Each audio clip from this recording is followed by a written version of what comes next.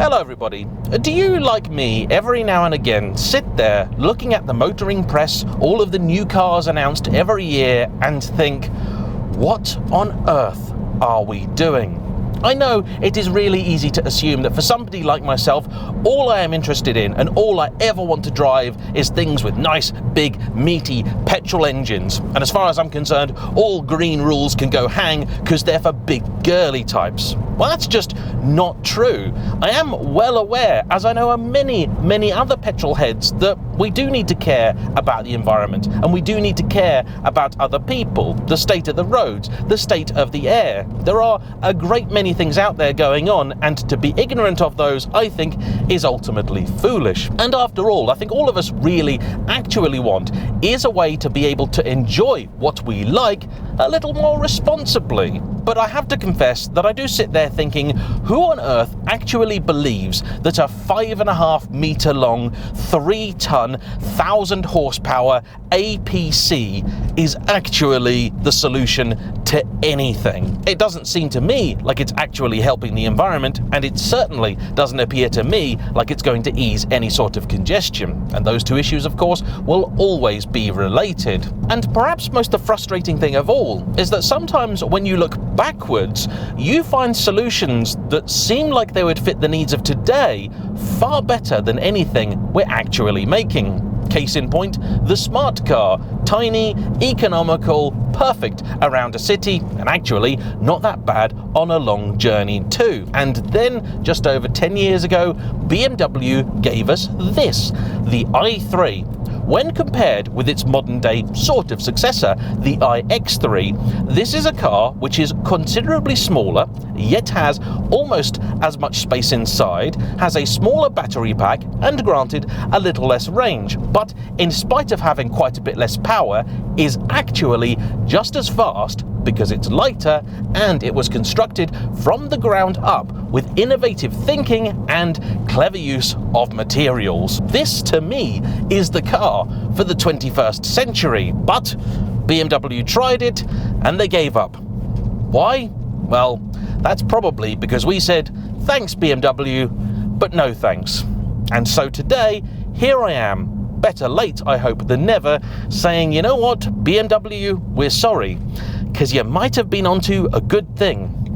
But were they? Let's find out.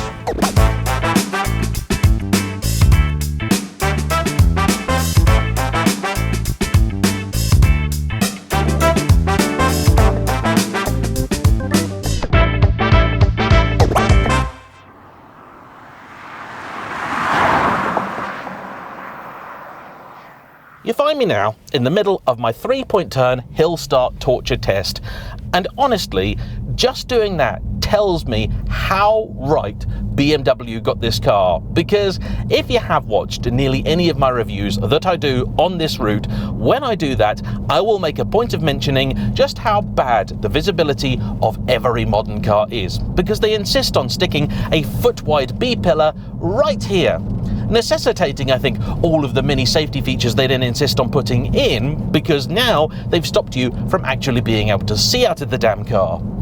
Here, though, I can see perfectly. Yes, there's a B-pillar, but it's a bit further back. So much so that actually, being in this feels a bit like being in a goldfish bowl. It's fantastic. And let's just take a moment to appreciate the looks of the thing.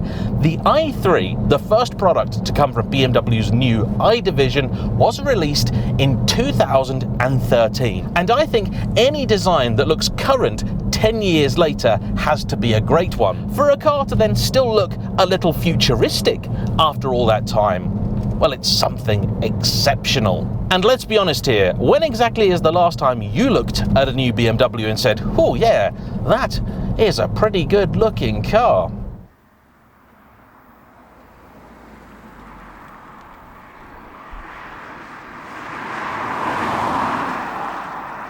It isn't just a pretty face either. The i3 was built from the ground up with an eye on performance through clever use of materials and the minimization of weight. So, the car is built in effectively two halves. What I am sat in is the Life module, which I love for a couple of reasons. First off, because it makes it sound very much like something from the Apollo landings, and secondly, because it's a ruddy good idea. This is a carbon fibre cage. Yeah, an all carbon fibre shell, the sort of thing normally the preserve of £250,000 supercars, and BMW decided to give it to you for, well, okay, not quite the same as an ordinary Golf, but about the same price as a Golf R of the day. The only other car to give you that at even vaguely close to this price point was the Alfa Romeo 4C, but that cost some 50% more, with these being around £37,000 when new, and the Alfa over 60. Granted, to be produced, that module does go through a rather convoluted process. Fibres from Japan are then woven together in America, and the whole thing is constructed in Germany. It's done a few air miles, this car, but still, it's very clever, it's very durable, it's very safe, and it's very light. This then sits on an aluminium drive module, effectively a flat skateboard type affair, which packs into it all of your powertrain, your motor, your battery, your suspension components, your brakes, everything effectively that makes the car stop, go, and steer.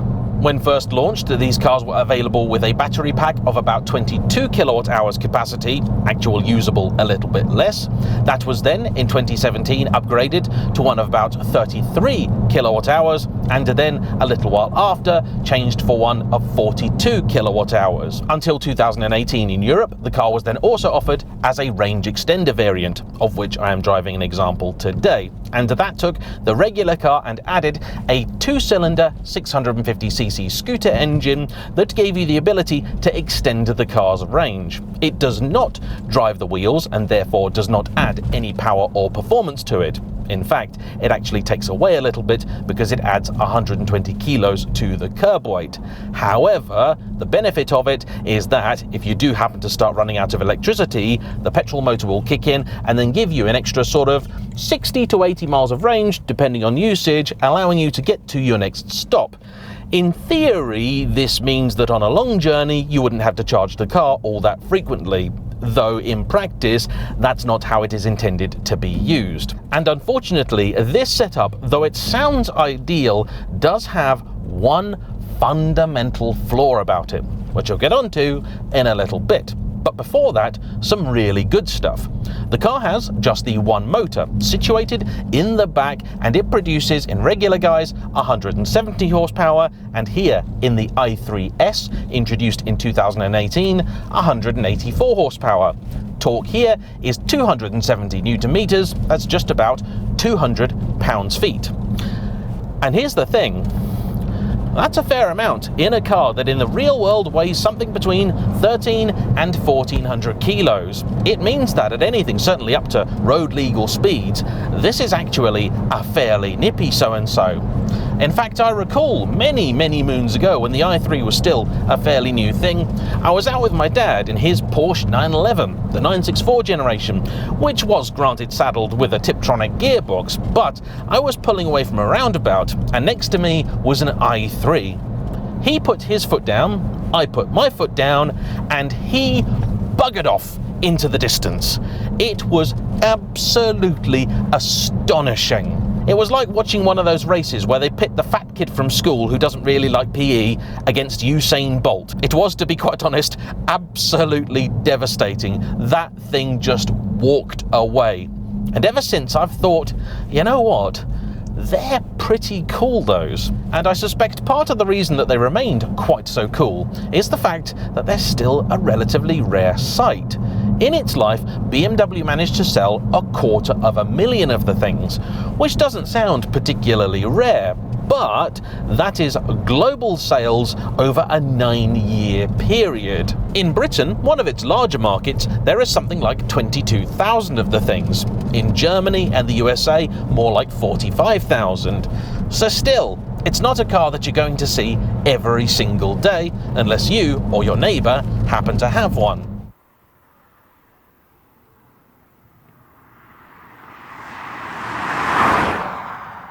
And I honestly can't help shake this feeling that even now, if you were to park this and an i8 on your driveway, not only would it look like you have the drive of the future, it'd also look like you are doing really rather well, when in fact you could actually have both of them for the same price as a new Tesla Model 3, not necessarily even the performance one. Now sure, the i8 was always designed to be the sexy one, the coupe and later roadster. It always has been a little bit impractical, a little bit perhaps style over substance. This though was designed to be the more usable, more everyday car. So, in that respect, how does it fare? Actually, pretty well. Unlike a modern day Tesla, to get in this is fairly easy. You pull an ordinary normal door handle and sit in an ordinary normal seat. BMW offered these in a number of different trims, all of which have rather funky sounding names. You have the base model, the standard or atelier, of which this is an example, and you can tell that by all of the grey fabric and this sort of stuff.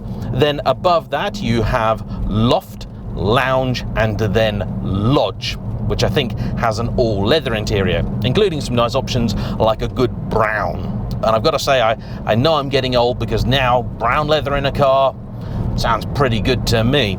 But although some of the shapes and materials may be outlandish, all of the controls in here are actually fairly ordinary, which I think is a very good thing. It means there's minimal culture shock when you hop into this. A Tesla does like to make you feel stupid. Up here in the middle you have your familiar BMW iDrive display, which for the princely sum of about 35 quid in 10 minutes, Chris, the car's owner, has now upgraded to an Android Auto and Apple CarPlay compatible one. For the driver here, take note Tesla, you then have a, to be honest, pretty small display giving you all of your basic information, speed, remaining range, etc, etc. The steering wheel itself actually I also want to take a moment to talk about, because it is the absolute opposite to every modern day BMW wheel. It is nice, it is thin, it is very firm in the hand, and it feels really gloriously old school. For some reason I really don't quite understand it, BMW of late have become obsessed with massive amounts of padding in their wheels,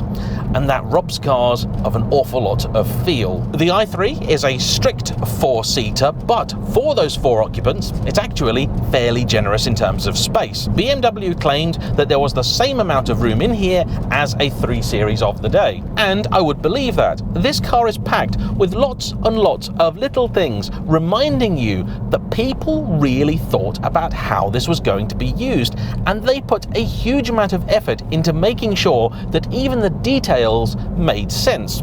For example, there is no big door handle for you to grab here when closing the thing, because that would add width and take away from the space. Instead, they've just cut out a little section here. I like that a lot. To get out is then a normal, ordinary release here. The car does have suicide doors, as you might imagine, and those are somewhat compromised. Trying to get in or out of the back of a car with one in a car parking space, it's not easy. So ideally, if you do have children or just normal people in the back, probably get them out before you park. It does, however, give very good access to those rear occupants when you have got the doors open, and provided none of your people in the front are being particularly greedy, you can easily fit 4 6-foot adult males in here. And I actually want to say, in relative comfort too. These don't look like particularly amazing seats.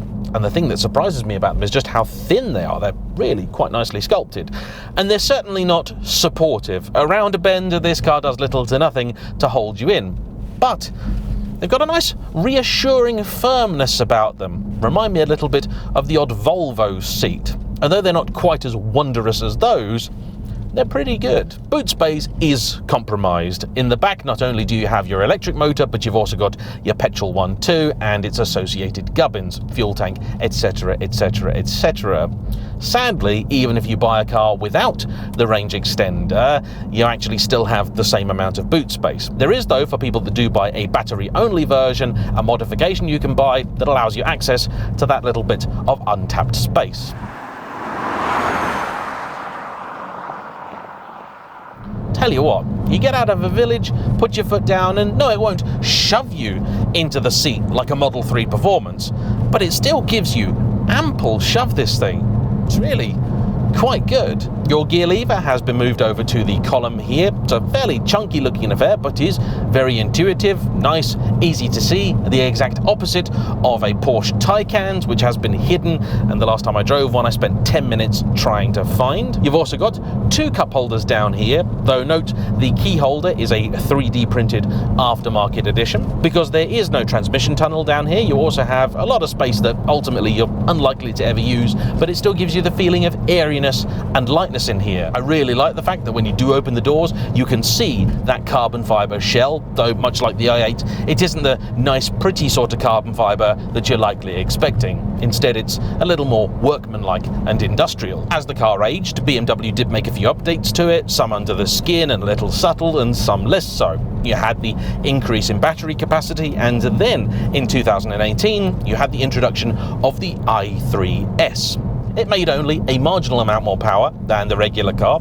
It also sat a little lower on a wider track, had wider tyres too, 175 section as opposed to the 155s that you got in the regular car, and the idea was it was supposed to appeal more to the sporting driver, the person who did have an i8 on the driveway. But the regular car does already receive criticism for being a little too firm, and considering the market it was aimed at, a lot of people felt like that was a bit of an oversight. Is the i3S then a step too far, or a car worth seeking out?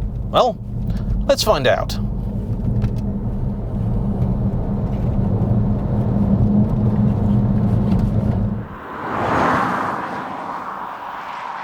Bit of an odd duck this. The pace of it is actually fairly decent, but that suspension never really settles. You feel every single little lump and bump in the road. Turning circle's pretty good though. And it does have a constant air of uneasiness about it. It's very oddly configured. It's actually quite keen to turn in, but then you feel the weight kind of load up on the side of it, and then you realise that that rear end doesn't feel particularly confidence-inspiring. You then find it on occasion sort of pushing itself through a corner like it has rear steer, which I don't think it does, and that of course is a touch worrying. The keenness of the steering, then combined with what still feels like a soft-ish front end, means it's a very, very difficult car to drive quickly and smoothly.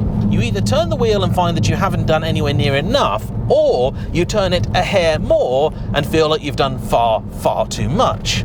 The steering certainly does have a surprising amount of weight to it, though unfortunately, when you do begin to press on a little bit, this doesn't translate into masses of feel. The brakes are fairly heavily servoed, do take a bit more travel than you might be expecting, but ultimately will stop the car, and I've certainly not had to lean on them today. Having not driven the regular i3, I can't really tell you if the S is actually any worse or not, though I can't help but wonder that these 20-inch alloys might be partly responsible for the relatively unsettled ride. The car is sitting on a set of Bridgestone's eco-orientated tyres, and they feel like they're doing an okay job. But I must confess, I always did worry, particularly for the regular i3, with it fully laden, just how well would it stop in an emergency scenario. Even in this, there's really not much tyre at all for something that is actually relatively sporty.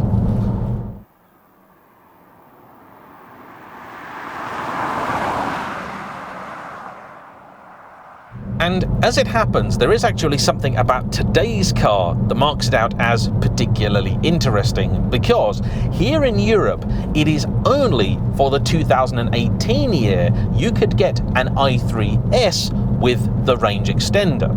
I do believe in the United States they carried it on, but here they discontinued it in favour of the later, larger battery pack, which gave the car almost the same amount of range, only without having to deal with the faff of the petrol engine. There is for me a big problem with that petrol engine, which I didn't realise at all until I did this review and I was doing my research.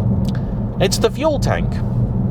This car has a capacity of, are you ready for this? 9 litres, which I expect is actually smaller than the scooter from which the engine is taken. And I suppose the theory was that this is an electric car, the range extender exists only to get you to the next charging point. It will never drive the wheels, and that to me is a plus because it drives smoothly and nicely like an EV. But this to me renders it kind of redundant for the sort of journey where you would think a range extender would make masses of sense. The last range extender I actually drove was a London taxi, and those had something like 60 to 80 miles of electric range, but then had a petrol tank that was big enough to give you another 250 on top. The idea being that when you got that lucrative airport fare, you would never have to turn it down. In this though, if you were to have to go to Scotland after the first 150 to 200 miles and the energy was depleted, you'd have to stop every sort of 50 or 60 miles for fuel, or every sort of 100 or so miles for extra electricity. And that's just going to become very tedious very quickly, particularly when you realise that though it'll take a 50 kilowatt charge, that's not especially quick. And for a journey like that, it'd actually work out far, far better doing it in either a nice economical diesel or just a pure battery electric vehicle such as your Tesla. Incidentally, it was actually a Tesla that Chris and his partner went looking for originally, but the rapid acquisition of a few points on her license meant that the insurance on one of those wasn't going to be quite so friendly, and so the i3S quickly became the firm favourite. As for why the S and not the regular one, it wasn't really the performance he was interested in. I think you'd struggle to notice the extra 13 horses. Instead, the styling. These do just look a little nicer with different treatments for the front bumper, and I can kind of see it, although to me, all of them look kind of funky. But knowing there's an S as a petrol head, you sort of have to, don't you?